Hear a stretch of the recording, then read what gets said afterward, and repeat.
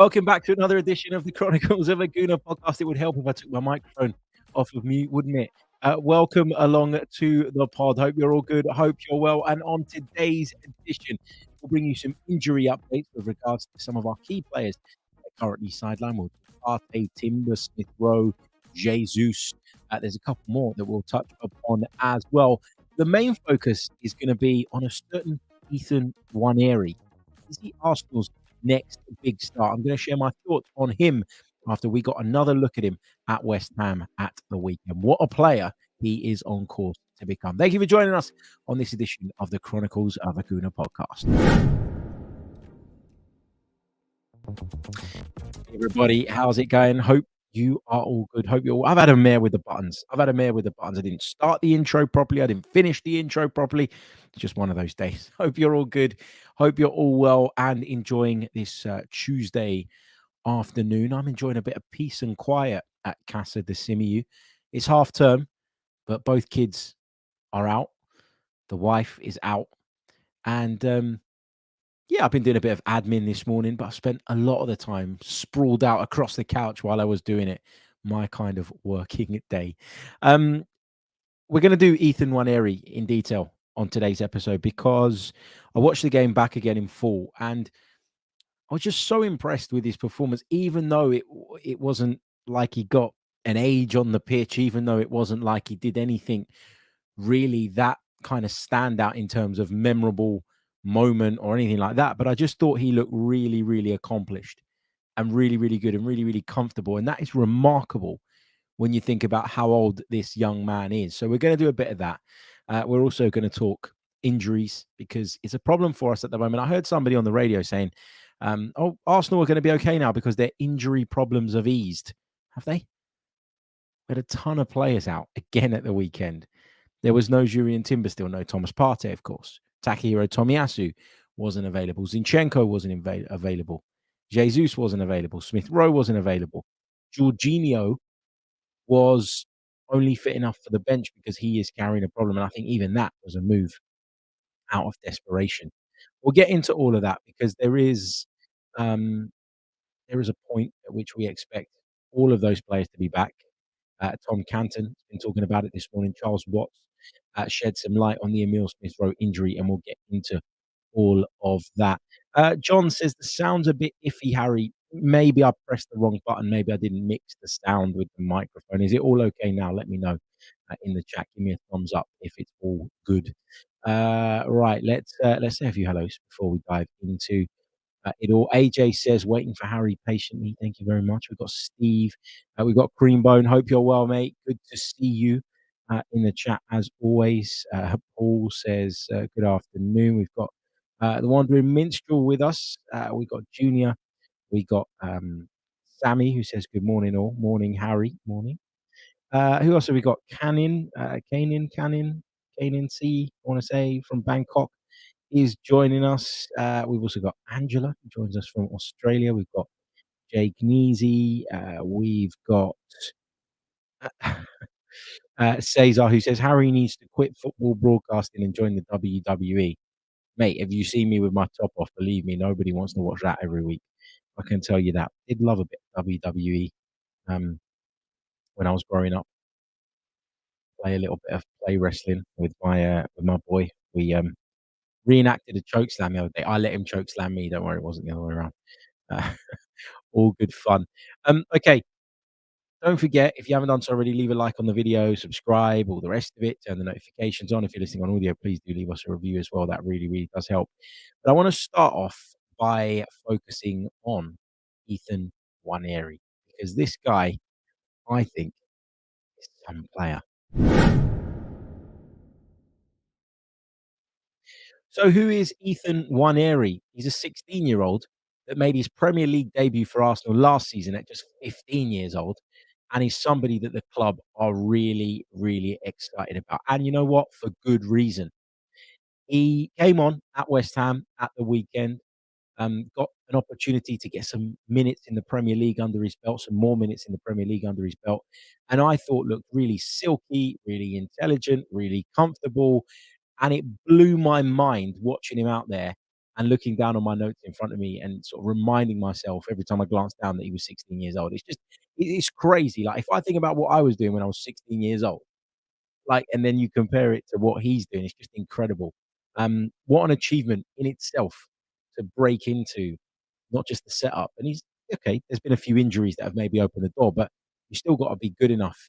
And for Mikel Arteta to then trust in him enough to say, "You're coming on." Okay, the game state was what it was, but it's still a big statement. And I think the bit that really kind of got me and really kind of got me giddy and excited about Ethan Nwaneri and his future prospects was when Mikel spoke after the game, and he mentioned that lots of the players on the bench and stuff were kind of in his ear saying, "Look, we're 5-0 up, we're 4-0 up, whatever it is at the time, we're in complete control here. Give Ethan a few minutes. Get him on. Give him a go." For your teammates to respect you and to be willing you on and almost cheering you on, supporting you from the bench when you potentially coming on prevents them getting game time, I think it is a testament to how good A, this young lad must be, and B, what a good character he must be as well, because that tells me that he's very much loved and adored at London Colney and respected by, I was gonna say fellow professionals, but he's not even turned professional yet. Ethan Nwaneri was the subject of some interest from the likes of Chelsea and from Manchester City, from what we understand. But in the summer, Arsenal made sure that they secured his future beyond, of course, his scholarship running out. Now, from next month, Ethan Nwaneri, who turns 17, will be, of course, a professional technically, and he's already agreed a deal with Arsenal that will have him sign that professional contract. Or from what I understand, the professional contract's already been done. It will just start and begin from next month when he turns 17. So, we've tied the lad down, and that's great because what I hate to see happen is players almost get carried away, almost think that they can run before they can walk, and look at maybe a team like Arsenal who are performing really well at the moment and go, "Well, I can't really see a pathway," and almost panic a little bit to the point where they then make a move that just isn't the right move, where they then move to an environment that is a little bit toxic, or maybe a side whose idea of what the academy should be is very, very different. Now, I mentioned two clubs that we're interested in. Manchester City are a club who have shown that they will make really good money out of their academy. Cole Palmer being a great example of that recently. But they'll also give people a chance if they think they're good enough. But such is the level of competition in Pep Guardiola's squad, it's not a particularly clear pathway. So if you had a problem with the pathway at Arsenal, I don't see why anybody would want to go to Manchester City, really. Then we heard links to Chelsea, and we know how Chelsea operate with their academy. They use it to make money. They use it to help kind of balance the books when it comes to the profit and sustainability stuff, because we know they're a club that have spent a ton of money on players in recent years. So how do you even that out? Well, you sell homegrown players. That goes down on your books as pure profit. We keep talking about that, and that puts you in a much healthier and more positive position. So neither of those two options, as appealing as they might be to a lot of players, are better options than staying at Arsenal. And Ethan Nwaneri, I think, having had a little bit of a taster, having been given those opportunities in the first team, okay, a few minutes here and there, will feel like he's got that respect at Arsenal and that the pathway is there, albeit it's not crystal clear for him at the moment because he is still a very, very young lad. He is still very, very inexperienced and all the rest of it. But if you're good enough, you're old enough. That's what I always say. And I just think that Arsenal fans, I just think that Arsenal fans should be excited. I just think that Arsenal fans should be excited about what this guy has the potential to go on and become. Now, I always say this, I don't wanna be Mr. Boring, but potential is nothing if it's not fulfilled.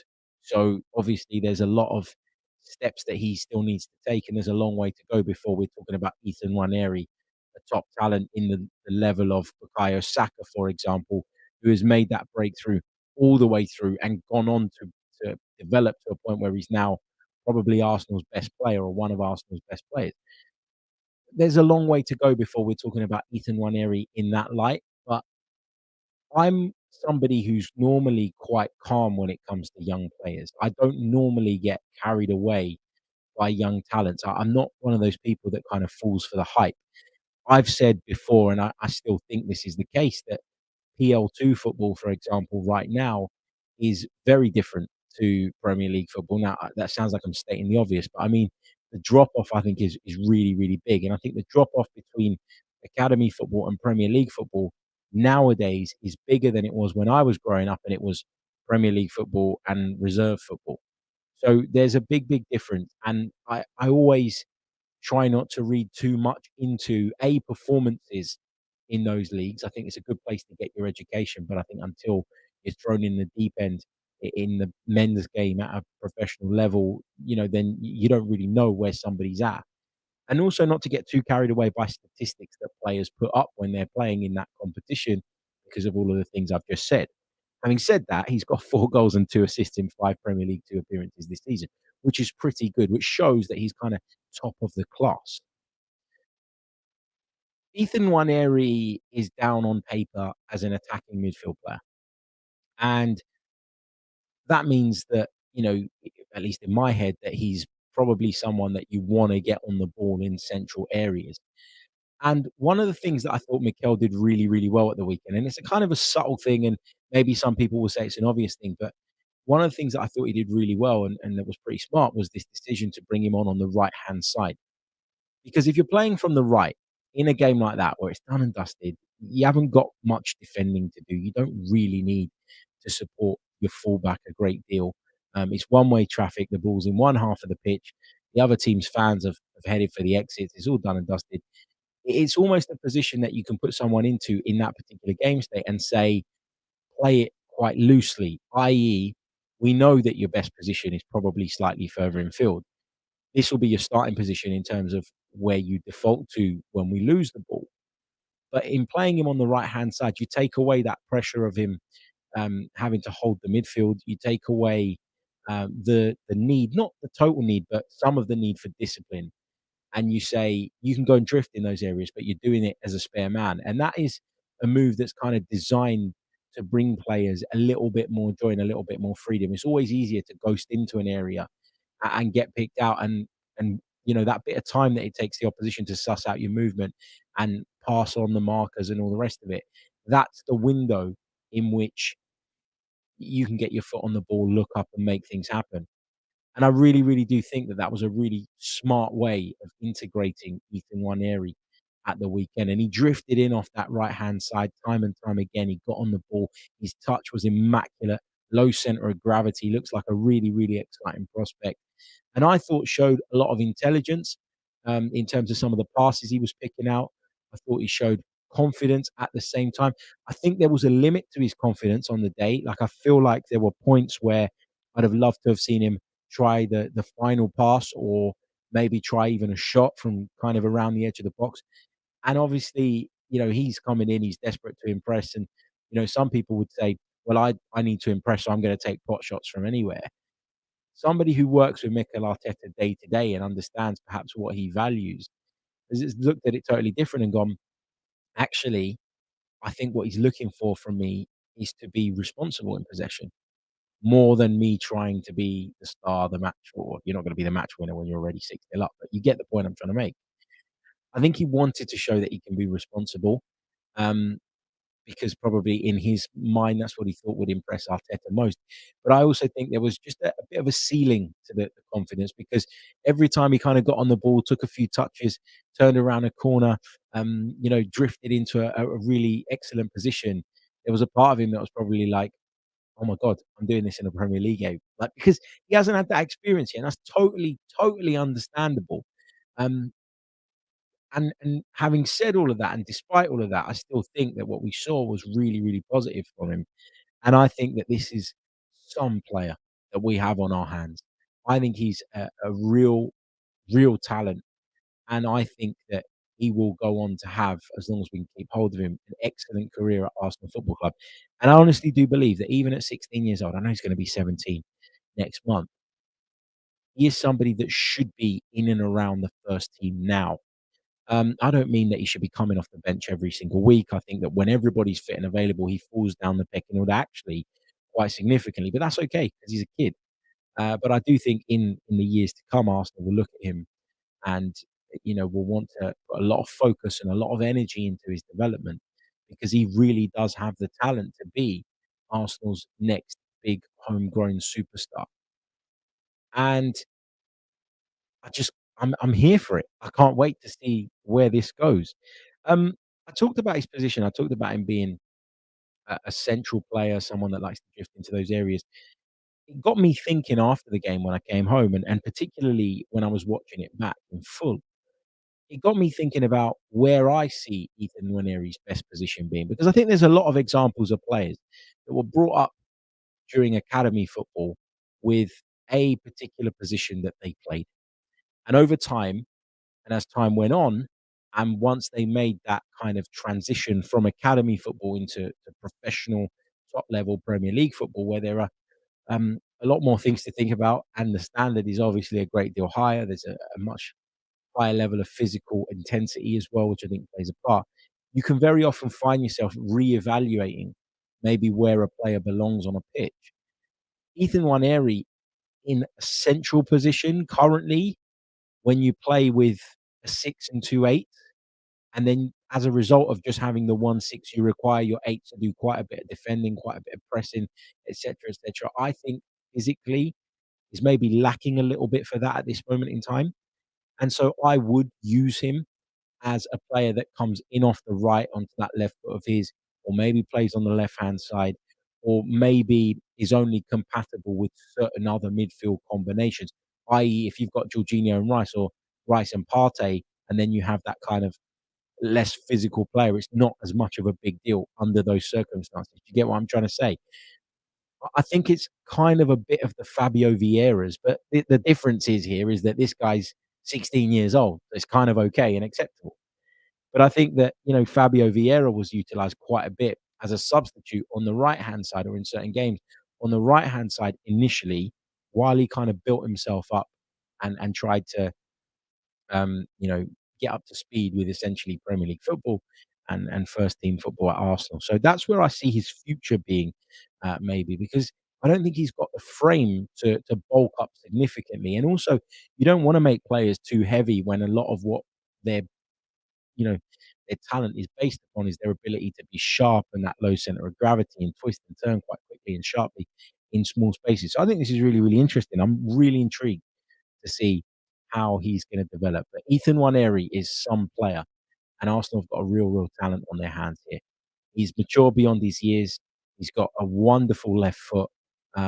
His awareness of space, his vision is clearly there for everybody to see, and is really, really impressive. And I can't wait to see how he develops. Let's take some of your comments on Ethan Nwaneri and whatever else really from the live chat. We're going to take a really short pause. Once we come back, that's what we'll be doing next. You're listening to the Chronicles of a Gooner Pod. Welcome back. Caught me sipping on my tea. Okay, what have we got here? What have we got here? Temi Ola says, "Is Nwaneri the new Wilshere?" He reminds me a lot of Wilshere because of his frame, because of his body, because of the fact that he's left-footed, low center of gravity, looks really comfortable with the ball at his feet. Where I would say he differs from Jack Wilshere is that he seems to keep the ball a lot closer to his feet as he dribbles. One of my criticisms of Jack Wilshere at times was that he'd sometimes be a little bit loose in his touches, not because he wasn't good at keeping the ball close to him, not because he was incapable of doing that, but because I think his dribbling style required that. He needed to kind of shift the ball out of his feet just that little bit more to find his stride and get going. And I actually think that's a big part of the reason that Jack Wilshere picked up so many injuries, because he used to kind of just show the ball a little bit too much to people. And that would almost, it's not to excuse bad tackles, but it kind of tempted them into making tackles that maybe they wouldn't have made against someone with slightly closer control. So that's where I think there's a difference. But I can see why you would make that comparison, because there are a fair few similarities. Sammy Guna says Ethan seemed to fit very well with the team. Afsar says Arteta must give youth players more opportunities. I have to say, Afsar, I get not, and this is not aimed at you in any way, shape, or form, but I do get a little bit frustrated when the whole Arteta never gives youngsters a chance thing comes out because I don't think that's necessarily true. I think that Mikel Arteta has built a really competitive side, and he's in a position now where he can't afford to drop points in games. Right? That's how intense it is at the top. That's why we celebrated the way we did after Liverpool. And that's why we all loved the victory over West Ham so much. He cannot just be dropping youngsters in for the sake of it. And I've said before that I don't think we do have that many youngsters that are ready, that are knocking on the door to breaking into the first team. And so why would he feel that he can trust them? And why would he then in such high intensity, high stakes games just be dishing out sort of opportunities for the sake of it? I think as a manager, it's really hard to find that balance. Of course, you want to develop young players. Of course, you want to give them a pathway, and of course, you want to help them achieve their dreams and goals. And if that can help you, then that's amazing. But let me give you this kind of little nugget here to kind of contextualize what I'm saying. Ethan Nwaneri is 16 years old. Arsenal have an under 21 side. How many of them have you seen been given an opportunity by Mikel Arteta in the first team? Only one that's been given an opportunity by Mikel Arteta to get actual Premier League minutes is the 16-year-old. Now, on the one hand, it means it's because he's unbelievable, and even at 16 years old, Mikel Arteta thinks he's ready for this. But by that same token, doesn't it tell you that if the 21s can't get a go, then maybe it's because there's a lack of top tier talent rather than it being about Mikel Arteta not wanting to give these players opportunities. Now, the counterpoint to that would be, yeah, but you don't know how good these guys are going to be until they get thrown into the deep end and all of that. And I totally accept that that is the case. But Mikel Arteta, in his job, in his role, where he can ill afford to drop any points at any given time, he can't afford to take those kind of risks and those types of gambles, in my opinion. Steve says he made a fantastic turn inside the box. Looks like he's got something about him. Really, really does. Um, what else have we got? John Daly and a couple of others have mentioned Amari Hutchinson. Look at him. I don't even know where he is now. Is it? Let me. No, is it in the Championship? I'm pretty sure. He's at a Championship side at the moment. Yeah, he's on loan at Ipswich Town. Amari Hutchinson. He went to Chelsea because he thought he had a clearer pathway. What did Chelsea do? Loaned him out straight away.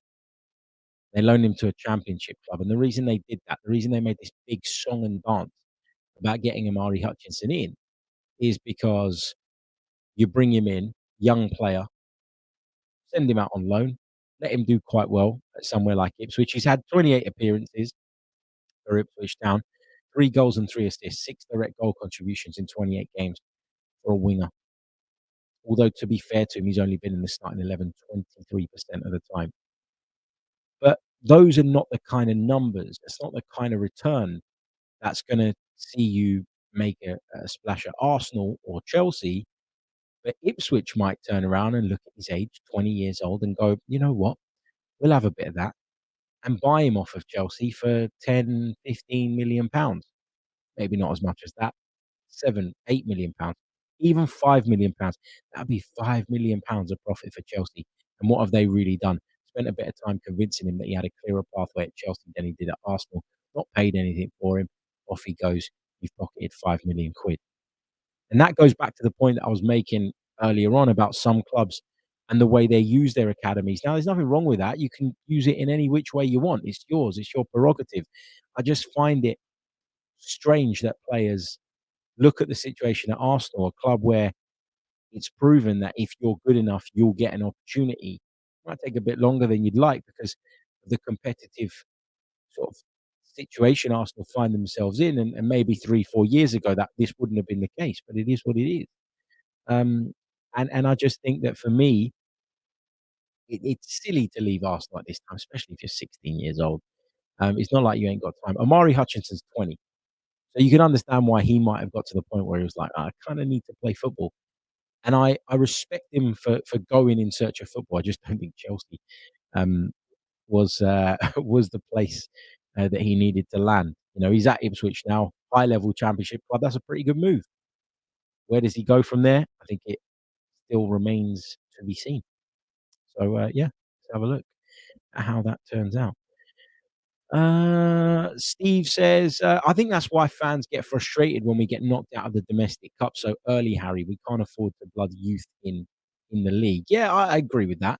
But then, as again, if Mikel Arteta picks these youth players in the cups, and then we draw Liverpool and Manchester City like we bloody keep doing in recent years, and then we go out, everybody's going to say Mikel Arteta didn't take the cup seriously enough. He can't win. It's either he takes it seriously, but then he blocks the pathway of youngsters in some people's eyes, or if he plays all the youngsters and we go out, then people complain that we're not doing well enough in the domestic cup. So he's kind of in between a rock and a hard place, I feel, when it comes to that particular discussion and debate.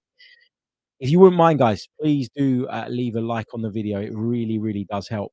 Subscribe to the channel if you're brand new as well. I think, let me just check this now.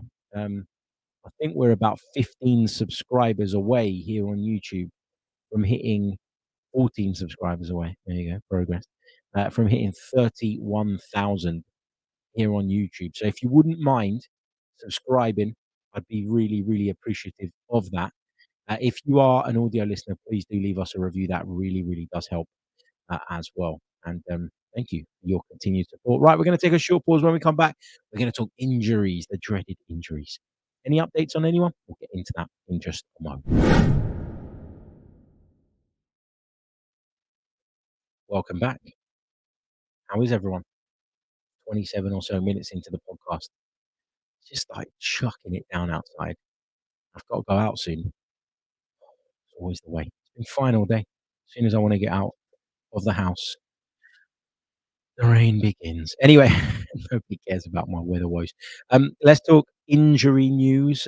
Charles Watts has been speaking this morning about Emile Smith Rowe's ankle problem. He says that Emile Smith Rowe rolled his ankle when trying to avoid a sliding challenge in training on Thursday, but it's not believed to be serious, and there is a chance that he could be back in the picture sooner rather than later. It felt like a big opportunity for him, West Ham, because of all the players that we had out. It felt like an opportunity for him to make his mark in some way, shape, or form. It's just unfortunate again that he's been injured. But listen, he's injured a lot, and as much as I've got sympathy for him, as a manager, I keep talking about that need to be ruthless and the need to prioritize results and all the rest of it above everything else. Well, it's kind of the same thing applies here when it comes to Emile Smith Rowe, in that you can't trust him to stay fit, not through any deliberate reason or thought of his own, but it will come into a manager's thinking when it comes to maybe parting ways with certain players. Thomas Partey is expected to return next month. That's according to Tom Canton. But he didn't, let me be clear, Tom Canton didn't say he's expected to return next month. I'm sorry, Tom, I don't want to misquote you. I don't know why my brain got carried away there. What he said was that there's a possibility that all of the absentees at the moment could be back next month. That includes Partey. That includes maybe even Jurrien Timber, who we're all desperate to see back in Arsenal colours. Not sure what the deal is with Takehiro Tomiyasu, hoping he'll be available at the weekend. Jesus and Zinchenko, I mean, I'm worried about the Jesus situation. I really am. Zinchenko, we can cope without him. I really do believe that. I think that, he's a good player, and I think he brings a very unique set of skills to the team, but he's not one that I'm massively concerned about, and even less so now that Takehiro Tomiyasu's back in the picture. Could we do with Zinchenko's experience in the business end of the season and know-how and leadership? Yeah, probably. But yeah, I look at that one and I'm not too fussed. Jesus, at the moment we're coping without him, but I'd rather have him available than not have him available, even if it means utilizing him in different positions. What if something happened to Bukayo Saka tomorrow? Touch wood, it doesn't. But the first player I'd like to put into that position would be Jesus. I think he's really, really effective there. Partey, it's kind of like, when is he going to be back? We don't know at the minute. We heard about the setback, and there's been no real update on that since for us to have, any clue really on on when he's likely to be fit enough to play or at least be in the squad again. But it feels like we're going to kind of have to make do for the rest of February without some of these players, and just hope that we can get a clean bill of health for March, April, May is going to be big, isn't it? It really, really is. Not just in the Premier League, but the Champions League as well. If we can, get through Porto, I would love us to win this competition. I really would. If you look at the fixtures that we got coming up, of course, on Saturday we go away to Turf Moor. I can confirm I will not be traveling up to Turf Moor on Saturday. So we'll bring you a reaction podcast probably around about 6 p.m. on Saturday. Then, of course, we travel next week to the Dragao in Porto, where we face them in the first leg of our Champions League knockout tie. Then we've got Newcastle at home next Saturday on TNT Sports. That one, it's an 8 p.m. kickoff, bit of an awkward time, but I suppose it gives us a bit more rest ahead of the game, given that we're going to be in Porto on Wednesday night. Not the longest flight, but still. And then, of course, on Monday, the 4th of March, we travel to Bramall Lane, 8 o'clock kickoff again to take on Sheffield United.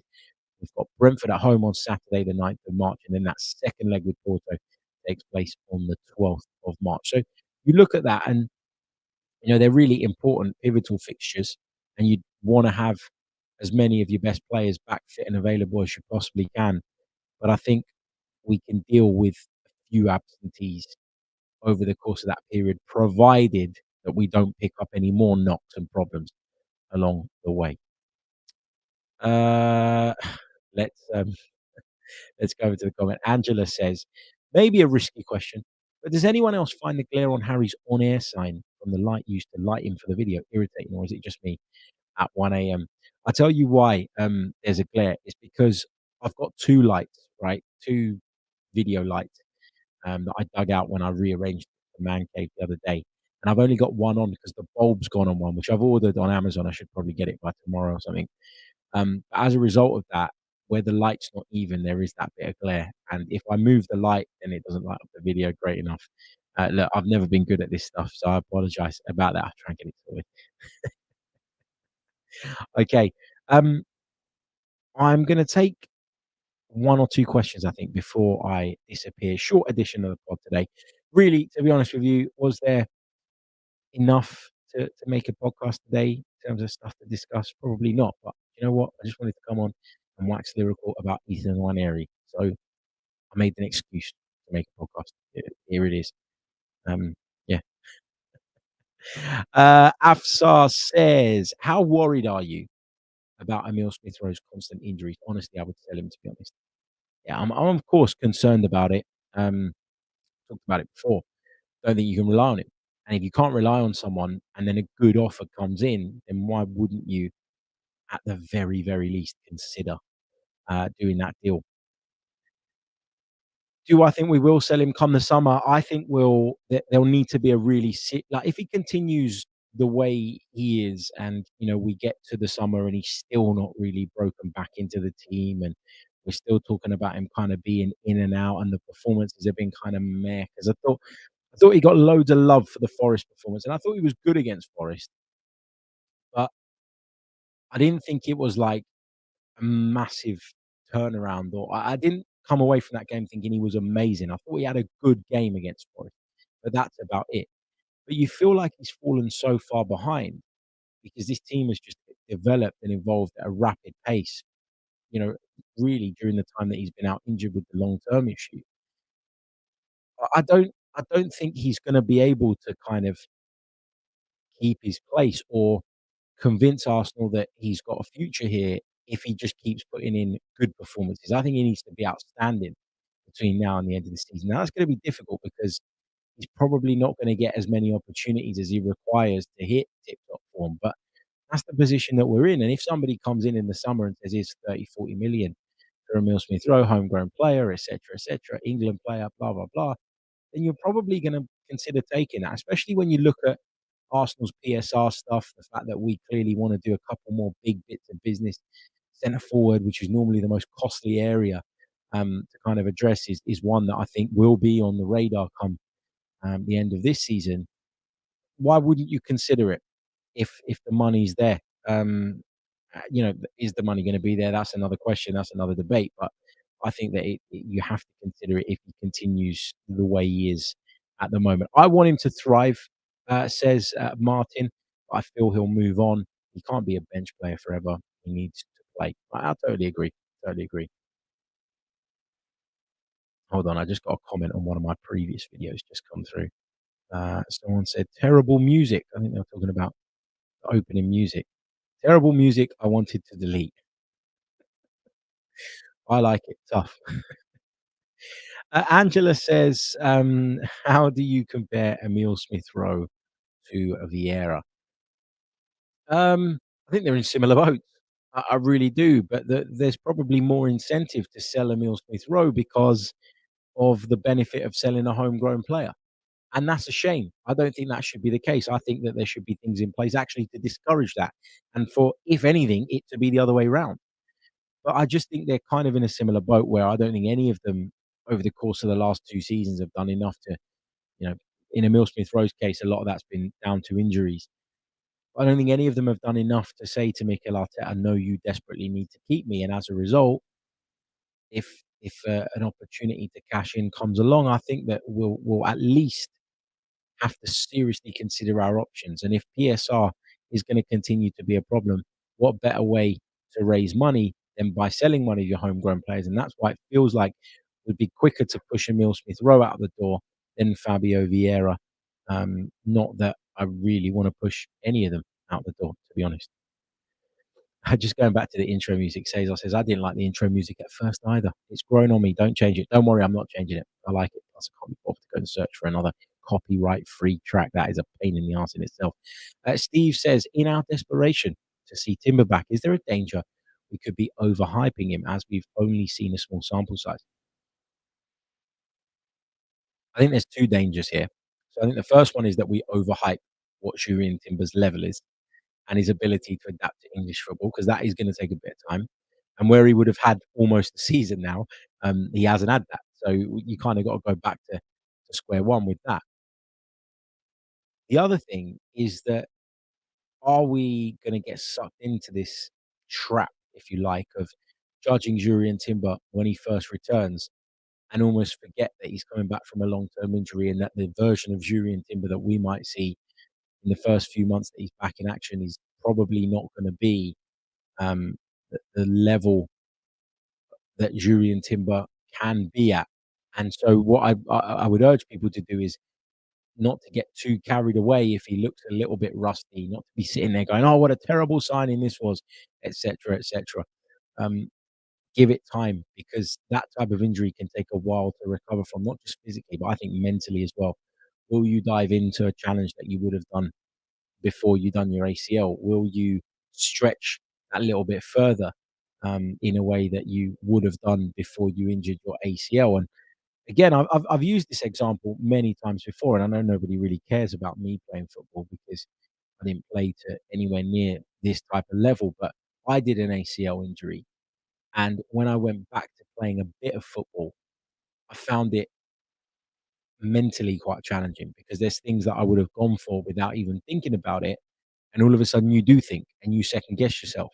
Now, add to that the pressure that a professional player would feel because it's their livelihood and they're desperate to succeed, in comparison to me, who's just come back and trying to just have a bit of a kick around to try and stay kind of semi fit. It probably plays on your mind even more. I would say 10 times, 100 times more. So it's a really difficult thing, that type of injury, physically and mentally. And I think we have to bear all of that um, in mind when we're judging him. Anyway, okay, I am going to leave it there, guys. Thank you so much for joining me on this live edition of the Chronicles of Aguna. How many likes have we got on the board? Let's have a quick look. There's no reason why we shouldn't have 100. 68 is not bad, but come on. Let's get it up to 100. There we go. 69. We're 30 away. If those of you who are currently freeloading on the video, watching it without liking it, please could leave us a like while the outro plays. I'd be very appreciative. Also, if you haven't done so already, guys, I don't know if you're a user of the platform, but if you wouldn't mind giving me a follow on TikTok. I'd really, really appreciate it. I'm making a lot of effort to try and grow on TikTok this year. That was my New Year's resolution for 2024. Is that the year we're in? I have to think about that. Doing quite well. I'm constantly posting clips from this show on there. So head over, give them a little like, join the TikTok club, and I'll be back tomorrow with a guest and another episode of the Chronicles of a Gooner. Until then, take care of yourselves. Have a great day, whatever you're doing, wherever you are. Thanks.